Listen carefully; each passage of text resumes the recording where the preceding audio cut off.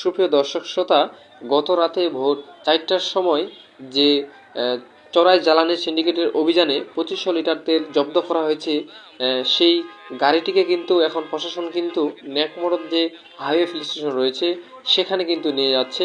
এবং যেমনটি আমরা জানতে পারছি, প্রশাসন থেকে এই তেলটিকে বিতরণ করা হবে। সেখান থেকে আপনাদের বিস্তারিত জানার চেষ্টা করব, আপনারা সাথে থাকবেন।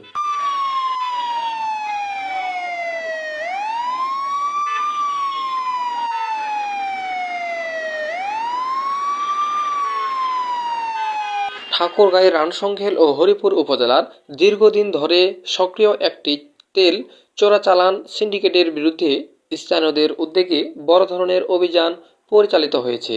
অভিযানে সিন্ডিকেটের অন্যতম হোদা আসাদুল ওরফে মামলতকে বিপুল পরিমাণ চোরাই জ্বালানিসহ হাতে নাতে আটক করে পুলিশের কাছে হস্তান্তর করা হয়। স্থানীয় সূত্রে জানা যায়, নেকমোড়ত ইউনিয়নের ফরিদপাড়া এলাকায় গভীর রাতে উপজেলা ও নেকমোড়ত ইউনিয়ন বিএনপির অঙ্গ সংগঠনের নেতাকর্মীরা যৌথভাবে এই অভিযান চালান। এ সময়ে মোট 2500 লিটার তেল জ্বালানি জব্দ করা হয়, যার মধ্যে 1000 লিটার পেট্রোল, 1500 লিটার ডিজেল রয়েছে। আটকের পর ঘটনাস্থানে নির্বাহী ম্যাজিস্ট্রেটের উপস্থিতিতে ভ্রাম্যমাণ আদালত বসানো হয়।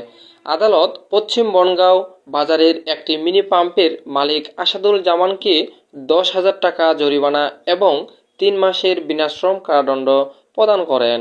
একই সঙ্গে জ্বালানি বহনকারী লরির চালককে 2,000 টাকা জরিমানা করা হয়।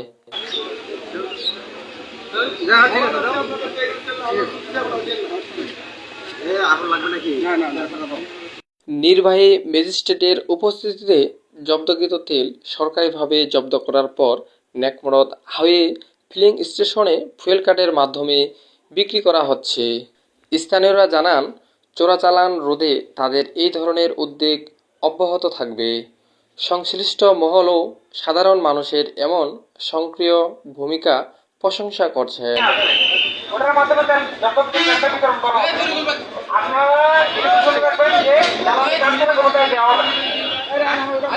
আমি কথা বুঝতে পারছি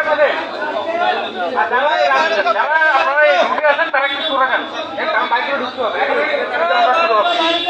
অবশ্যই জানান কার্ড নিয়ে আসবেন। আপনার হেলমেট, ড্রাইভিং লাইসেন্স, রেজিস্ট্রেশন নম্বরের মাধ্যমে যে জার্মান কার্ডটা পেয়েছেন সেটা